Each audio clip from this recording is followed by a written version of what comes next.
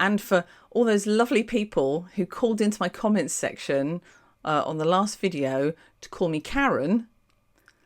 Yeah, I embrace that. Really? You know, I'm a middle-aged white woman having a bit of a moan about things that don't matter much. I suppose it's kind of the definition.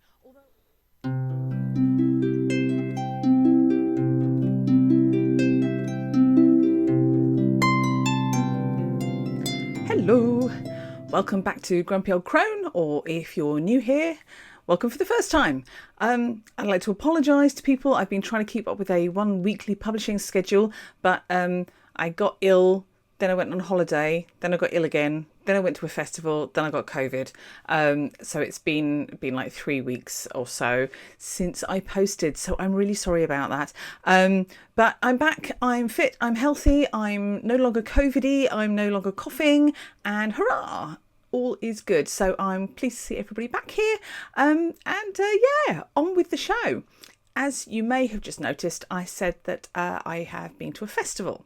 I went to the amazing Fantasy Forest Festival in Sudeley Castle, and it was amazing.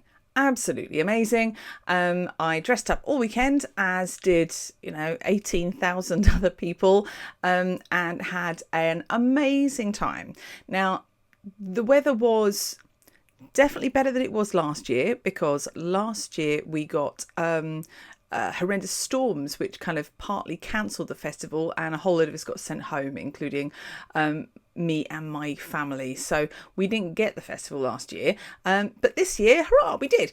And as I say, the weather was definitely better. It was boiling hot on the Friday. It was humid and rainy on the Saturday, and then it was humid and hot on the Sunday, which is quite a variety there. And we all kind of went into this weekend feeling a little bit under the weather. As I said, I was poorly, and so was my husband. And he was working at this festival. He's a member of a show group that does Witcher reenactment, The Witcher. If you know Andrzej Sapkowski. We're not going to mention Henry Cavill, and we're just not. But and so he was working all weekend, which was okay on the Saturday. And bearing in mind he was ill and he didn't sleep very well either. Then the Sunday he did okay to start with, and then the Sunday lunchtime he got really quite ill indeed. Now, without sharing all of his medical details here, which isn't fair on him, we ended up being sent to the A&E department.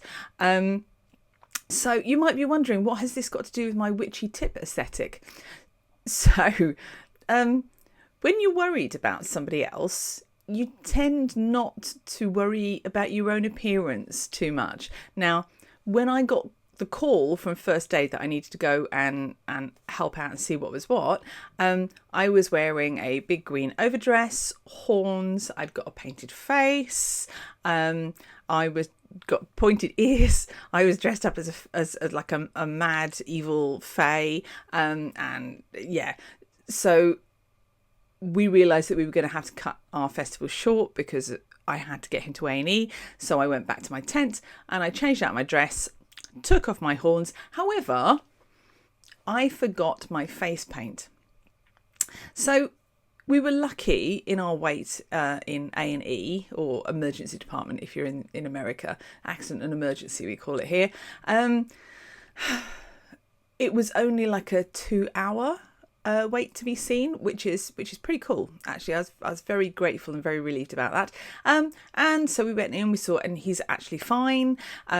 We're all on a diet and changing our behaviours in a way to kind of like up health for all of us. And I got him in the car, we went back, we picked up the trailer, which my daughter and son-in-law had packed for us, and then we skedaddled back home. And when I got home, we dropped off the trailer, we dropped off my daughter and son-in-law, and then we just kind of like collapsed. And it was round about that point that I went to the bathroom and I saw my face, and I realised that all the time that I've been sat in accident and emergency with all of these other people around me, all feeling a bit poorly, all not having a great day, I realised that I had been completely face painted. I got blue sparkly lips, I'd got runes all over my face, I got kind of like striped lines down the middle, and you know what, nobody mentioned it. So it was a whole thing, it really was. So my witchy tip aesthetic is, if you are called to go to anything like an emergency room, then maybe carry some makeup wipes in the bottom of your handbag, so that while you're sat there you can remember to take it off, so that when the doctor sees you, they don't actually think you're a complete nutter. I mean, obviously, we are complete nutters, but, you know, we kind of hope that the doctors will think better of us. Anyway, so yeah, that's that. And the upshot of it all is, I looked like a complete nutter until I got home and could take all of that off. I mean, my daughter had it even worse than I did. By the time she was home, she had been dressed up as Molly Mock from Critical Role, so she was entirely purple. Yeah, that took some getting off. But, you know, hey-ho, such is life. So yeah, makeup wipes, really good thing to carry in your handbag for cases of emergency, so you don't look like a numpty. That is my witchy aesthetic tip of the day. Also, we're now on the 8-week blood sugar diet, which is making us all feel quite good, actually, I've got to say. So, you know, positive. Anyway, enough with that. We are now going to go on to the meat and 2 potatoes of today. Although, as we are now on this blood sugar diet, we're no longer allowed potatoes. So I should maybe call it the meat and 2 roasted Mediterranean vegetables of today. So today I am going to whinge, and I am going to whinge.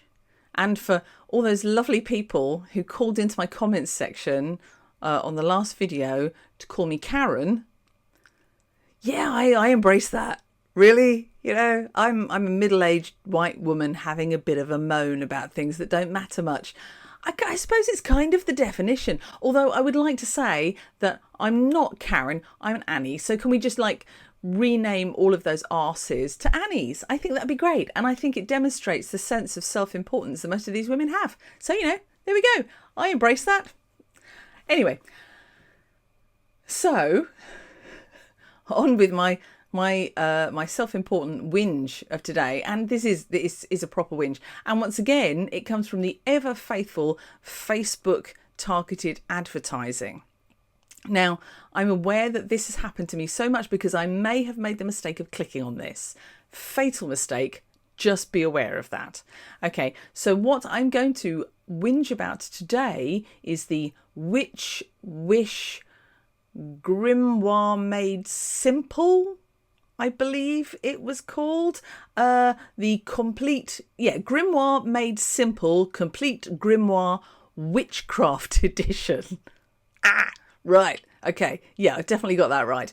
And what this is, as it cranes across your Facebook feed, is telling you that for only £40, which has now obviously been discounted to an amazing bargain of only £20, substitute dollars or whatever your local currency of note happens to be, you can buy this amazing grimoire that will teach you everything you need to be to start being a witch. And it's all downloadable as a PDF, so you don't even have to worry about postage, because what witch worth their salt worries about postage? And in fact, they all have printers, so, you know, that's how it goes. And then you can print it out and you can put it into your ring binder, which presumably you've stuck some stickers on from Temu. So there we go. Isn't that lovely?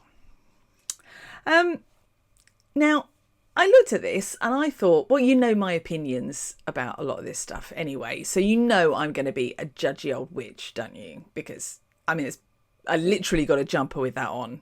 And I literally have a mug with that on as well. I am a judgy old witch. And I'm a bit of a gatekeeping old witch as well. And, you know, I embrace that. I'm not going to apologise for it. Well, I might apologise for it, but, you know, hey-ho. But still, I looked more closely at this because it seemed a little bit off to me. And as I looked at it, I realised that it was... What is the proper note for this? What's the proper tone to set? Complete unremitting shit, I believe, is probably the tone to hit with this.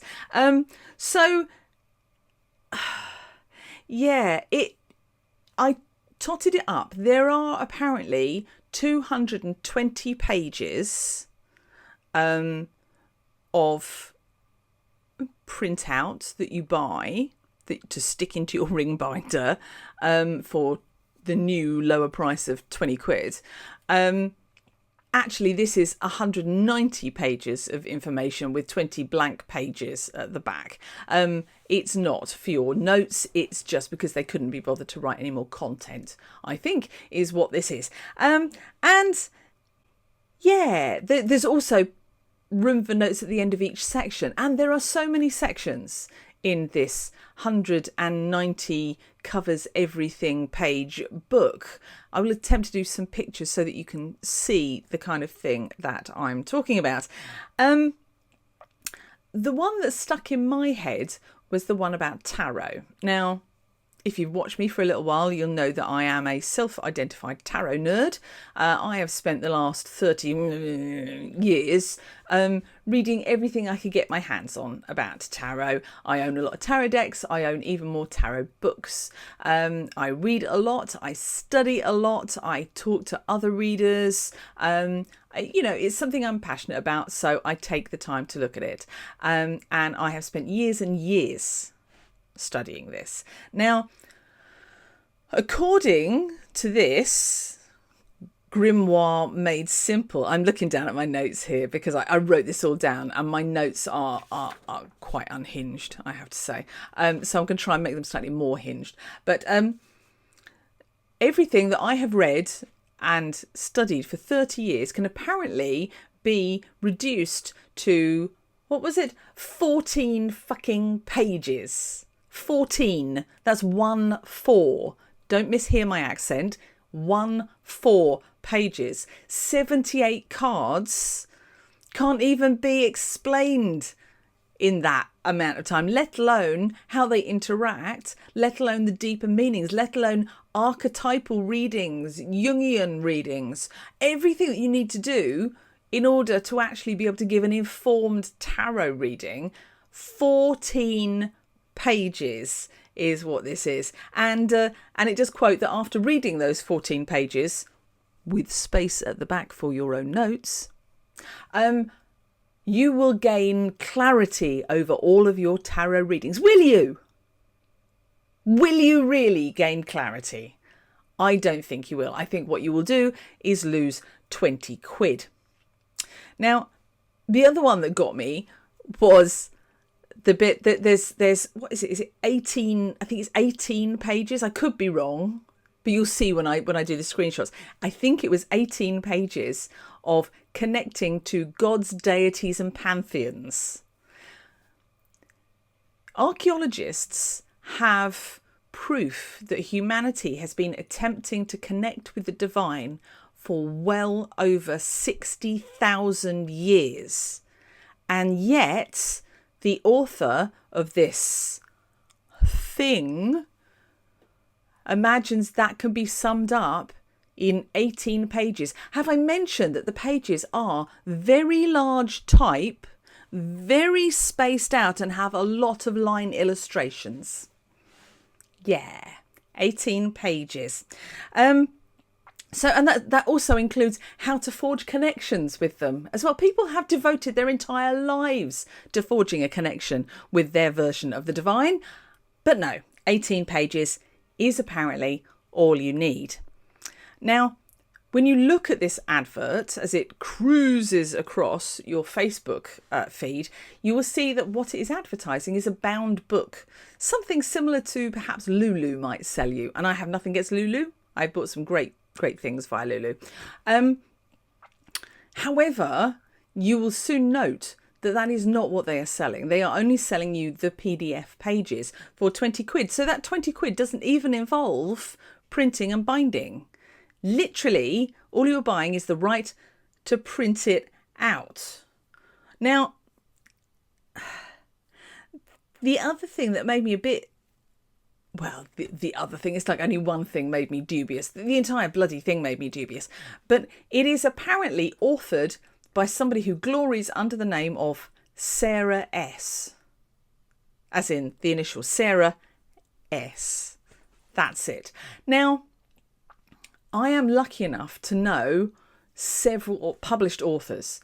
Now, there's not one of them that would allow something that they had sweated blood and tears over go out to the general public without their name on it. Why is this woman not putting her name to this?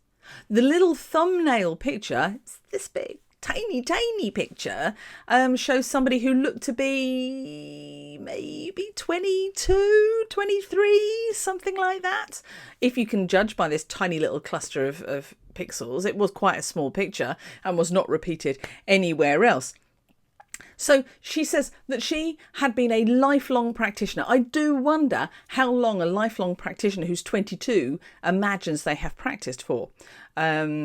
I mean, I didn't come to witchcraft till I was 18, but I know there are other people out there who do come from a practicing family. I tend to think of Ariana the Oak Witch. She comes from a magical family and has done some lovely interviews on her channel with her mum, which I think is just the most wholesome, wonderful thing. But I don't imagine that Sarah S is the person that Ariana is.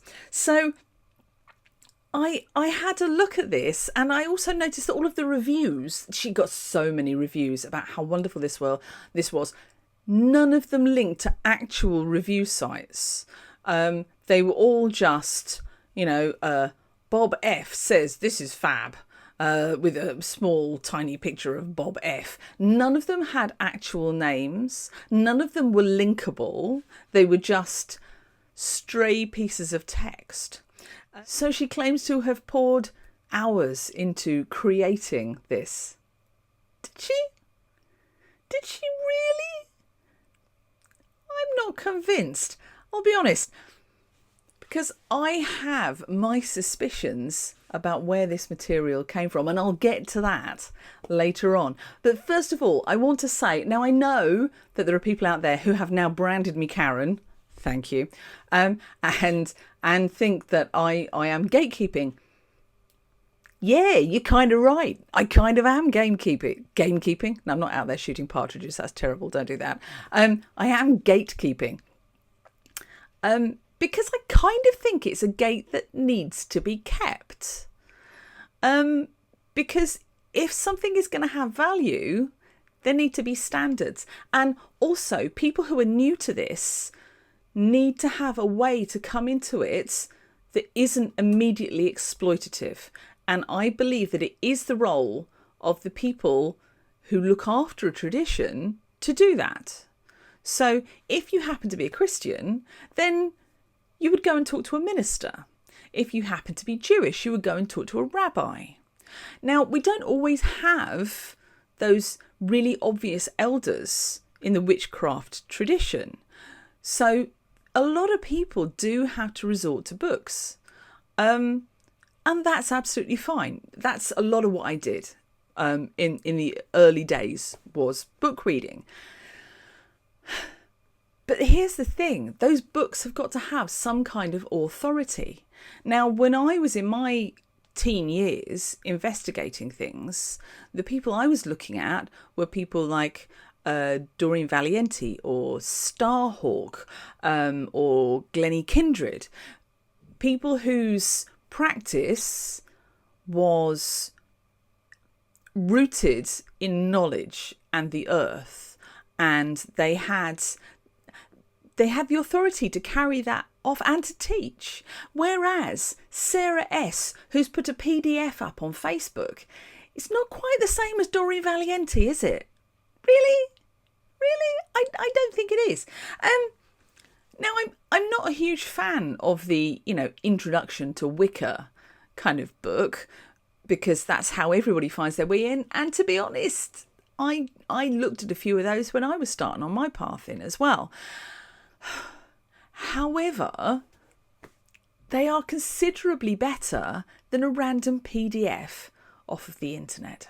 The big thing about this is, I'll say the big thing, like there's a lot of big things about this, but I have a real issue with the fact that whoever produced this PDF had no intention of separating, and in fact I don't believe had the intelligence and the knowledge to separate Wicca and witchcraft. Now, they are talking about the Wheel of the Year and about the 8 Sabbats. Now, that's fine if you're Wiccan, but Wiccan is not the only path to witchcraft. And in fact, there's a really good argument that says the two should be completely divorced. Now, I'm a witch, but I'm absolutely not Wiccan. I was, and I walked away from it. I self-define my own path. I'm not a big fan of labels. My witchcraft practice is, if I had to put a label on it, it's rooted in where I am and the landscape around me. I'd probably label myself as a traditional witch in a kind of Robert Cochrane kind of a background, although I vary in some areas. But in terms of religion, I'm not Wiccan. I'm absolutely Gaian. I believe the earth under our feet is our mother. There is that separation between witch and Wicca that I don't think is in these books at all. And that makes me very angry, because it's false information, and I hate that. I'll also say that the Wiccan way of looking at things is very Gardnerian. Now, if you don't know what I'm talking about, a little bit of Googling would probably go a long way here. Gerald Gardner, the father of modern Wicca. So Wicca is not an old religion. What anybody tells you, it's not an old religion. The Wheel of the Year is not an old concept. People have always followed the fact that the year follows through season after season, but this concept of it dividing into 8 neat little bits on a big circle, that's really, really new. There's a whole lot of stuff. And now I know I'm going to irritate people here when I say that there is no historical basis for celebrating Lunacy or Lammas. There isn't. And I went to a really interesting lecture by Professor Ron Hutton, talking about exactly that. And he's one of the few academics who's actually doing a whole load of work about paganism, witchcraft, alternative belief, and how it fits into modern day and a historical context. Very, very clever man. You see him everywhere. And he says, Ron says no. So I kind of trust Ron. So yeah, it's just, there's a whole other video here about the fact that things do not have to be ancient to have meaning, but this is not that video. But still, Circle of the Year, Wiccan. Okay, Wheel of the Year, Wiccan, not witchcraft. So, It also, you don't have to forge a relationship with a deity. You're allowed to be a witch without anything else, and that's another unpopular belief. Is that most of the witchcraft stuff we have relates to witches who were actually Christian. I find that difficult to swallow because of my relationship with Christianity. But at the end of the day, this is not an easy to buy book that will start you on the right path to witchcraft.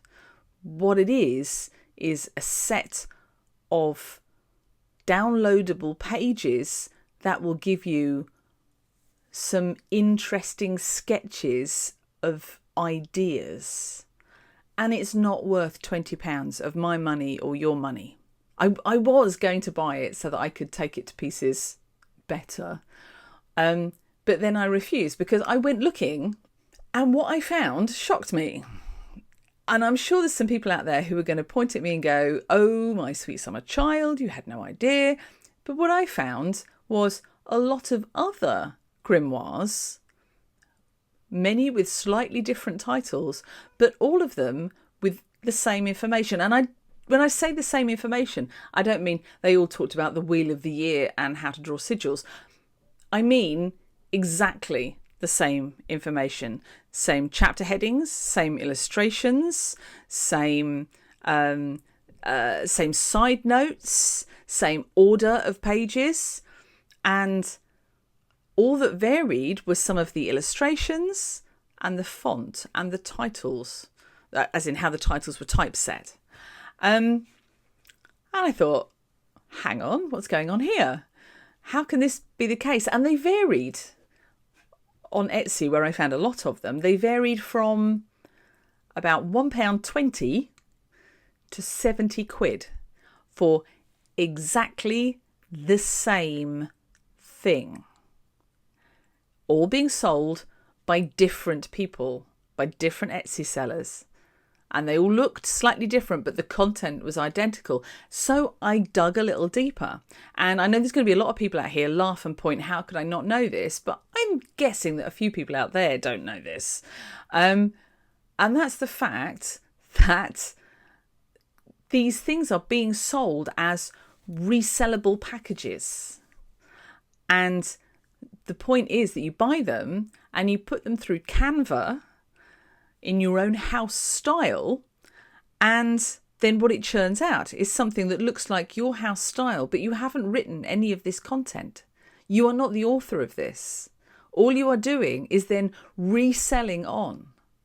Now you can buy like 30 or so of these packages, and you've got everything from My First Grimoire to Witchy Planner to Diet Planner to there were tons of them, and you buy them all into a huge bundle for 40 quid, and then you just resell them back on again with a different font. And you are expecting people out there who are starting on their witchcraft path to buy this unremittent shit for 20 quid. It takes my breath away. Now, I know there's people out there who really love colouring books, and they defended the colouring books, and they defended the cutting and sticking and pasting scrapbook wannabes that I had a go at in previous videos. But don't you dare come at me trying to defend this. There is no ownership of this material. There's no authority to it. There's nowhere to refer back to. It's a handful of pointless and useless, stupid little points that have no bearing to anybody's practice and will not enable you to practice anything at all by the time you've paid your £20, printed it off and stuck it in a fecking ring binder. It's exploiting people who are starting out their journey, have no idea where to go, and are just looking for answers. And that is the point at which the elders in our community should be stepping up and should be saying, let me help. Or these people should be looking at lists of books that they can read that are good. They should be going still to Starhawk and Glennie Kindred. These are still good people. Rae Beth is great. All of these people talk with authority and knowledge and years of practice behind them, not a cheap ass PDF they've put through Canva. That just sucks. It sucks so hard. And I'm so sorry if somebody out there has bought one of these and thought that it was useful. If you have, I'm sorry, your money was wasted. There is nothing of value in these at all. Please throw them away and go to the bookshop and buy something decent. If you want a start in witchcraft and you're not part of a coven and you don't know where to find a coven, I will say try Rae Beth, Solitary Witch. Great point to start with. If you're looking at YouTube, there's some great people on YouTube. There's some really dodgy people, but there's some great people. If you're looking to learn, I really recommend Hearth Witch. She does amazing stuff, very accessible, but she really knows what she's talking about. The aforementioned Ariana Carrasco, I think is how her name is pronounced, the Oak Witch, she has some wonderful stuff as well. And they will also link outside again because they believe in networking within their community, so they're great people. So try those are a great place to start. If you want to start with a how to get going in Wicca book from Waterstones or Barnes and Noble or wherever you happen to go, great, do that, that's good. Any book that you buy in a bookstore will hopefully have at least been copy edited really, really well and will not have made it out without a publisher putting their name to it and taking responsibility for it. Good publishers, Llewellyn, really, really good. I personally, because I'm not on that Wiccan path, I love Troy books. I read a lot of Troy books, and in fact I am slightly mardy at the moment because I'm waiting for a delivery of a whole load of Troy books and they're not here yet, and I'm very bad at waiting. But yeah, these are all places to start. Please don't start with buying a shitty PDF that is only there to take your money and exploit you. So now, finally, we are going on to the positive bit. Here comes the positive bit. Right. So all I've got written down in my notes for the positive is I went to the Museum of Witchcraft and Magic in Boscastle. Oh my God, it was amazing. It was really amazing. So yeah, I'm trying to find something positive to talk about. I've had a lot of being ill. I had ear infections, then I had COVID, and I was meant to have gone to Glastonbury with my friend Sarah, and I was too ill. I went down with COVID, so we had to stay home, and my husband and I coughed at each other instead, which is not the same as going and spending a lot of money in Star Child and Courtyard books. So I was quite sad about that, really. But the week before that, we got to go to Boscastle, and it was amazing. I have wanted to go to that museum for years. And I loved it. I thoroughly loved it. It was curated with love and respect and joy. And I bought myself a new pentacle, which I haven't got on at the moment. But I did buy myself a new pentacle to wear. I bought a new book by Kerry Wisner, which I'll probably do a review on at some point. But now is not that time. And it was just the best place. So if you fancy a good witchy day out, in fact, a good witchy week out somewhere, I really recommend Boscastle because it's lovely. It's a lot of fun and the stuff there is fascinating. And even being somebody who's practiced for, 3 decades plus, I learned loads. There was loads of stuff about paths that I don't follow. The high ceremonial magic stuff was fabulous. So yeah, I learned loads and it was a lot of fun. So I really recommend that. And you can also, if you go for the week, you can do Boscastle takes like a day. There's lots of nice shops there. Go for a cream tea at the hotel. That was very nice. And then if you want to go a bit further up the coast, there's St Nectan's Glen, which we didn't make it to this time. That's on our Let's Go Back and Explore list. But we did go to Tintagel because my husband has a big thing for King Arthur. So we went to Tintagel, and my hint of the day is if you are planning on going to Tintagel, take out a year's membership to the English Heritage because it's really expensive, but worth every second of it. Choose a nice day, and it was amazing. Loved it. So there you go. That's my positive bit. Cornwall, beautiful. Boscastle, Tintagel. I'll be back. I had a very nice Cornish pasty there, which we'll never be able to have again because I don't think we're allowed to eat wheat ever again in our lives. Whoa. Okay. So I think that's about it for today. So I'll leave you to it, and I'll see you soon. Bye.